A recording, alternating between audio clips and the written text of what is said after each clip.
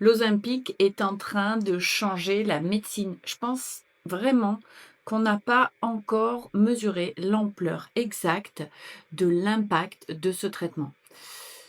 Parce qu'aujourd'hui, pour la première fois, on dispose de médicaments qui sont capables de modifier en profondeur la faim, les compulsions alimentaires, la glycémie, la perte de poids et même parfois, et même assez souvent, le rapport psychologique à la nourriture. Je vous explique. Médicaments qui vont être capables de modifier profondément la faim, les compulsions alimentaires également, la glycémie, la perte de poids et même parfois le rapport psychologique à la nourriture.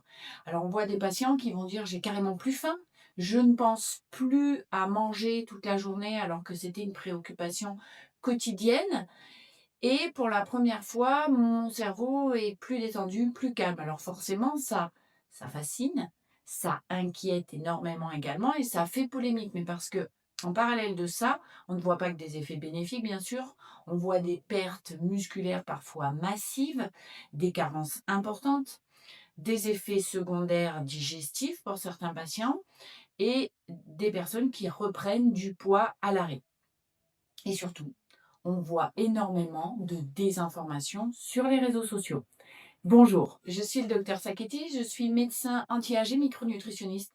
Et si vous faites déjà partie des plus de 400 000 femmes qui me suivent sur Insta, ici vous retrouvez des versions plus longues des vidéos avec plus de détails et parfois plus de nuances aussi. Alors pensez à vous abonner, à liker la vidéo, à l'enregistrer si elle vous a intéressé, à la partager parce qu'aujourd'hui on va vraiment décortiquer un peu plus en profondeur la science du GLP-1.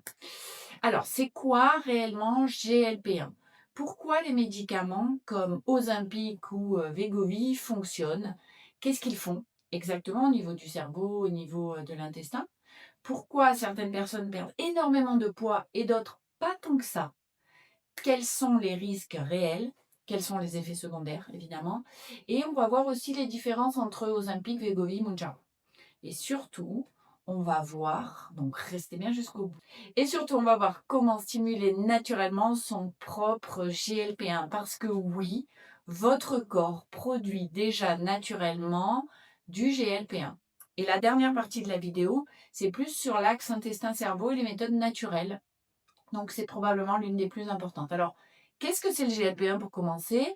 Ça signifie glucagon-like peptide.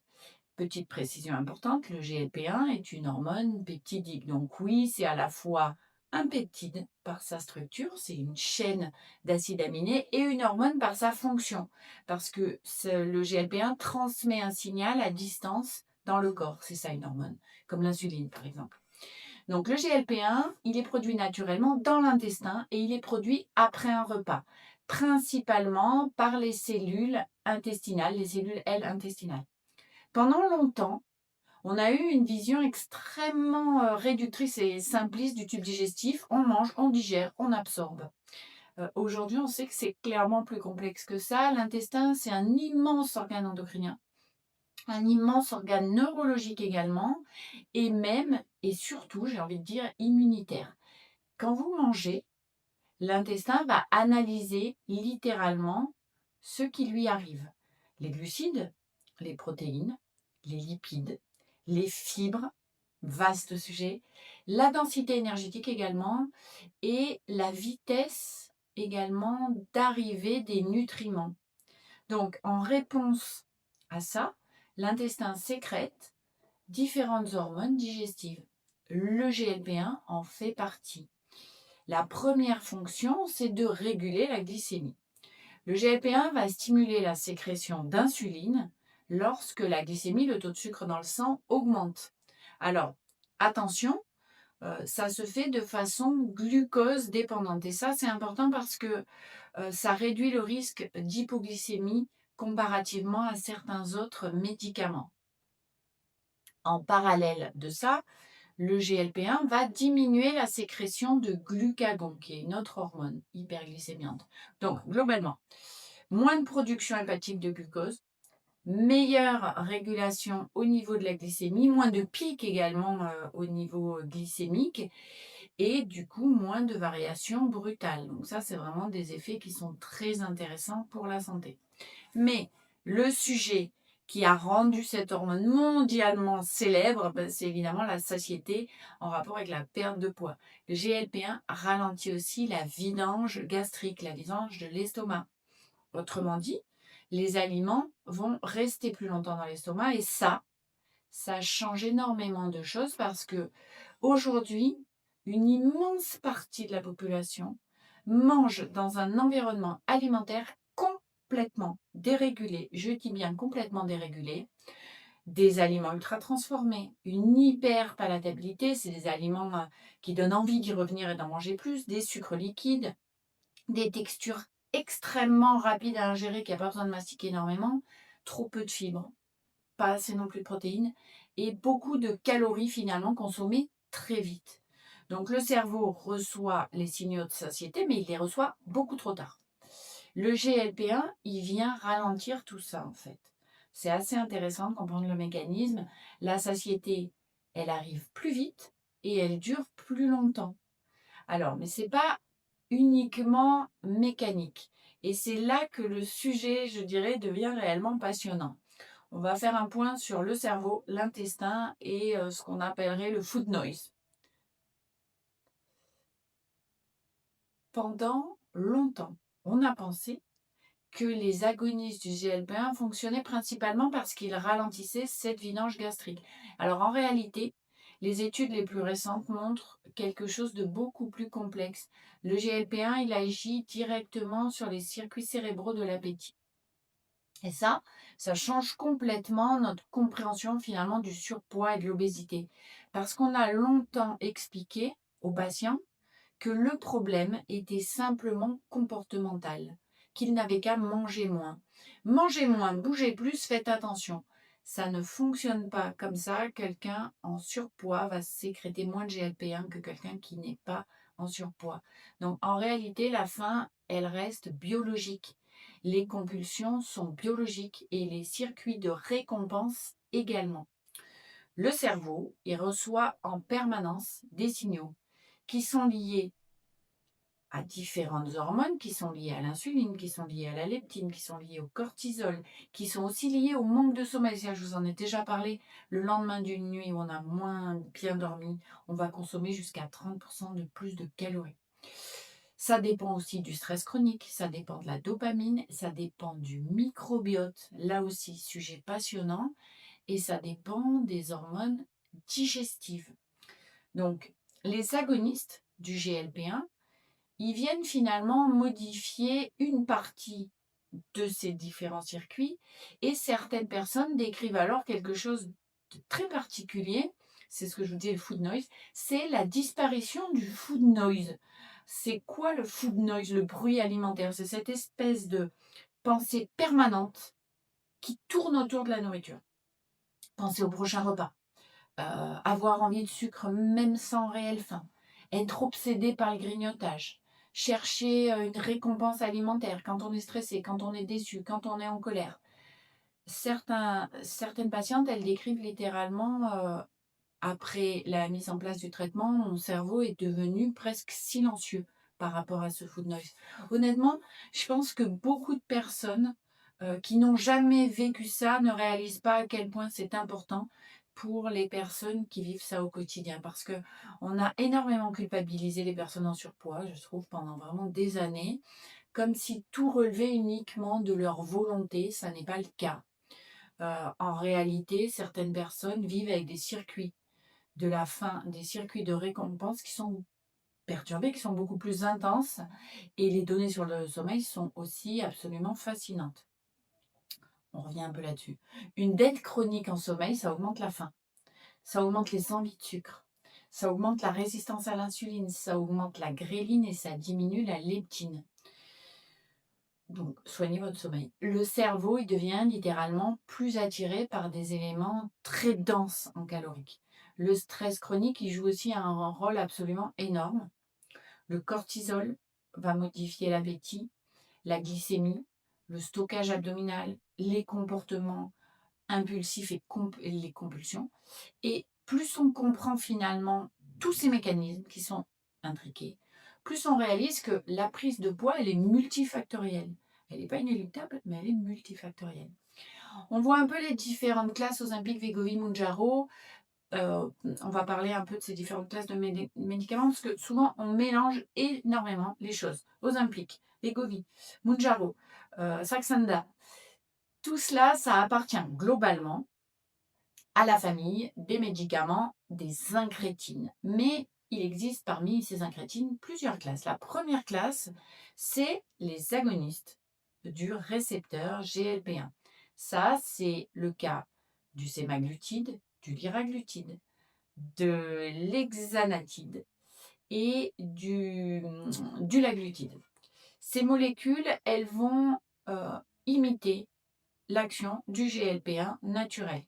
Ozempic et Wegovy contiennent par exemple du sémaglutide. Initialement, ça s'est développé dans le traitement du diabète de type 2 et notamment dans les grandes obésités où il y avait des risques cardiovasculaires. Puis les médecins ont observé quelque chose d'assez spectaculaire. Les patients perdaient du poids, beaucoup de poids. Wegovy contient également du sémaglutide, mais avec des dosages destinés à la prise en charge de l'obésité. La deuxième classe, c'est les doubles agonistes, c'est GLP-1 et GIP. Là, on retrouve notamment le tirzépatide, qui est commercialisé sous le nom de Mounjaro, ça doit vous parler plus. Le GIP, c'est une hormone incrétine, donc le tirzépatide agit sur les deux voies métaboliques simultanément. Les résultats peuvent réellement être extrêmement impressionnants. Mais prudence également. Certaines études montrent des pertes de poids qui peuvent aller jusqu'à 20% du poids.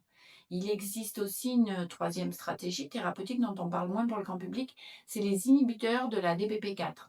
Alors eux, ils ne vont pas mimer directement le GLP-1, ils empêchent simplement sa dégradation et leur effet sur le poids est beaucoup plus modeste. Et surtout, on ne les associe pas aux agonistes du GLP-1. On est vraiment parti un peu dans les profondeurs du fonctionnement. Maintenant, on voit les études cliniques et les chiffres. Quand on regarde les études, les chiffres sont difficiles à ignorer, clairement. L'étude, par exemple, STEP 1 avec le sémaglutide montre environ 15% de perte de poids en moyenne. Il faut comprendre ce que ça représente réellement pour une personne à 100 kilos, ça fait quand même 15 kilos de poids. Et certaines personnes perdent beaucoup plus. Là, on parle d'une moyenne. Donc, il y a énormément de variations individuelles. Entre chaque personne, on peut vraiment avoir des pertes de poids très variables. Et le sommeil, la résistance à l'insuline, la masse musculaire, le microbiote, l'activité physique, le contexte hormonal, le stress, je vous l'ai déjà dit, le comportement alimentaire, tout ça, ça influence bien sûr énormément les résultats de la mise en place de ce type de traitement. Et surtout, il y a un point extrêmement important dont on ne parle pas assez. Vous le voyez arriver ou pas? C'est la masse musculaire. Parce que oui, certaines personnes perdent malheureusement du muscle et perdent parfois beaucoup de muscle en même temps que la perte de masse grasse. Ça peut réellement devenir très problématique, surtout, et vous le savez déjà, après 40 ans. Parce qu'on entre déjà physiologiquement dans une phase où la sarcopénie, la perte de masse musculaire, augmente progressivement et où on a une espèce de résistance anabolique, plus de difficulté à refabriquer du muscle. Or, le muscle, c'est la longévité. Le muscle, c'est la mobilité. Le muscle, c'est un organe hormonal lié à la sensibilité à l'insuline. C'est bien évidemment la prévention des chutes, la santé osseuse, parce que plus de muscle est associé à une meilleure densité osseuse.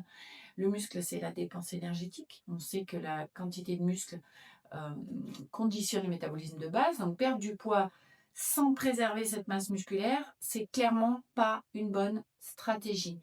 C'est pour ça qu'une alimentation suffisamment riche en protéines et un travail musculaire suffisant restent fondamentaux. Je répète, protéines et travail musculaire obligatoire. Honnêtement, je pense qu'on sous-estime énormément l'importance du renforcement musculaire chez les personnes sous-agonistes du GLP-1. On commence à y prendre plus attention, mais c'est vraiment prioritaire, primordial. Alors, les effets secondaires et les risques. On va parler honnêtement des effets secondaires, les plus fréquents, c'est les troubles digestifs.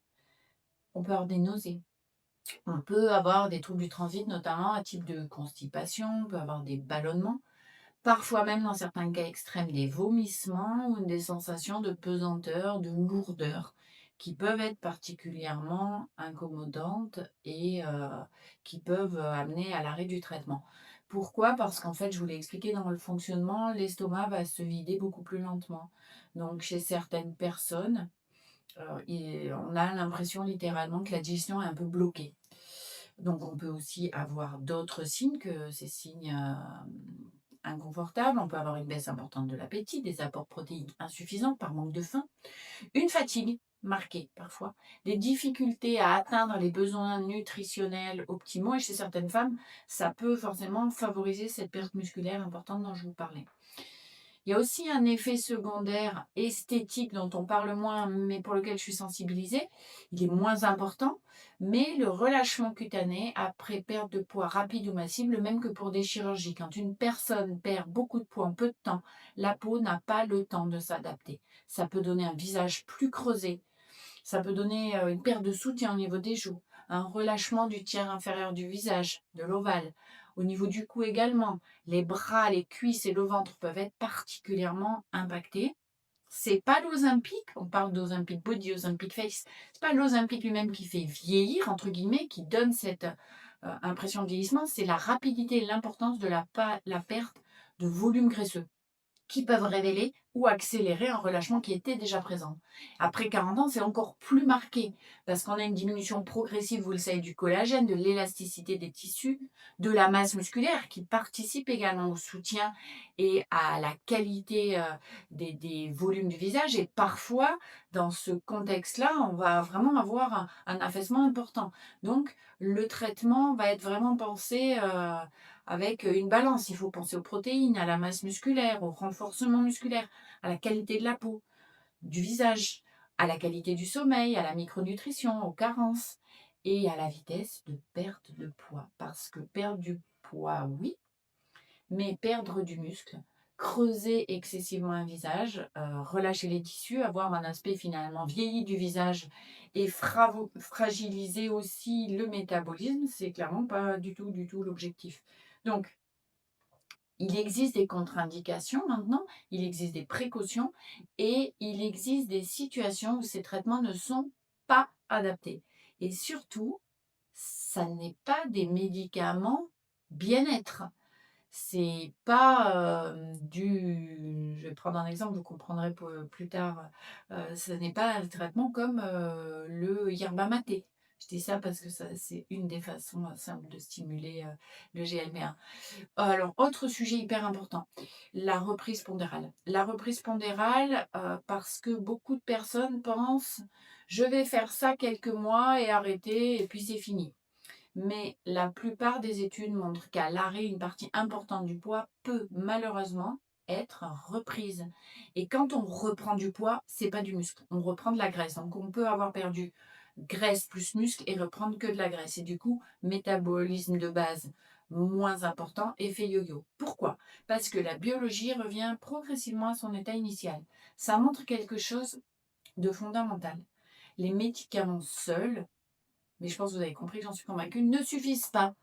Ça ne suffit pas. Il faut du renfort, il faut de la progressivité. Alors, comment est-ce qu'on peut naturellement stimuler son GLP1? C'est maintenant la partie la plus importante que vous attendez probablement. Comment améliorer naturellement son GLP1?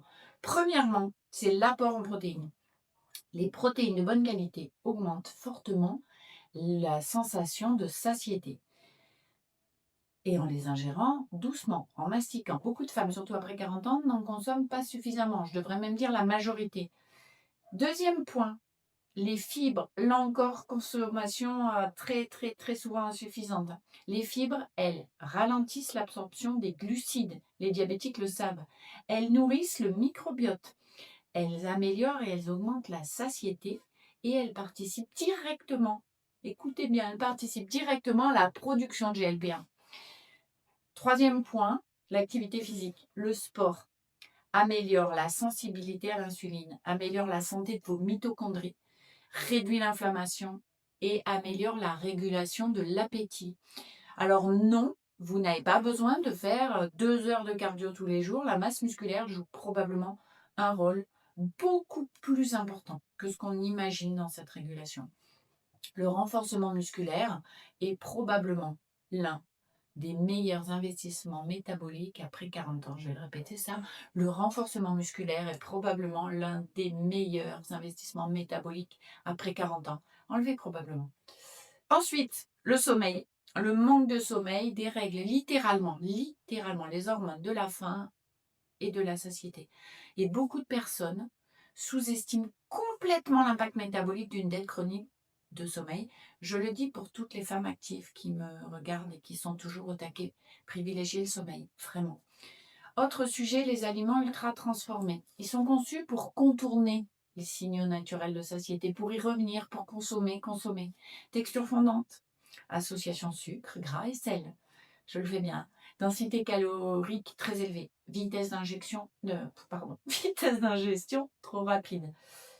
Le cerveau, il est littéralement dépassé. Littéralement. Et dernier point hyper important, le microbiote. On sait aujourd'hui que certaines bactéries intestinales influencent directement les hormones de la satiété. Rendez-vous compte, oui, l'intestin influence le comportement alimentaire. Bon, on a vu déjà beaucoup de choses. Il est temps de conclure. Alors, en conclusion, le GLP-1, c'est probablement l'un des exemples les plus fascinants de la communication entre l'intestin et le cerveau. Je pense qu'on ne mesure pas encore complètement les conséquences de cette révolution thérapeutique parce que ces traitements, lorsqu'ils sont bien conduits, peuvent changer la vie de certains patients et leur pronostic.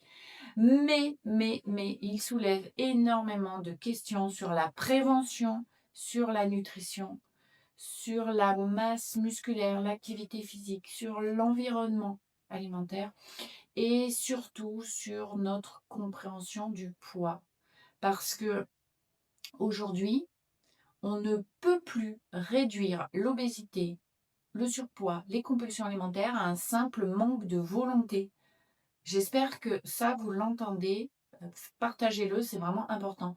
La biologie joue également et surtout un rôle immense. Alors, si cette vidéo vous a intéressé, dites-moi en commentaire ce qui vous a le plus surpris parmi toutes les infos qu'on a vues. Est-ce que c'est le rôle du cerveau? Est-ce que c'est le rôle du microbiote? Les chiffres des études? Est-ce que vous connaissiez le food noise? Ou alors est-ce que vous avez été particulièrement intéressé par les méthodes naturelles pour améliorer votre GLP-1? Pensez à vous abonner, likez la vidéo, ça aide toujours, et partagez-la à quelqu'un qui pense que perdre du poids est uniquement une question de discipline et de volonté. Je pense que ça fera du bien à beaucoup de personnes de savoir que ça n'est pas le cas. Si vous aimez les vidéos longues, scientifiques mais compréhensibles sur les hormones, la ménopause, la santé de la femme, le vieillissement, la micronutrition, vous êtes au bon endroit. Pensez à vous abonner et prenez soin de vous. Moi, je vous dis à bientôt.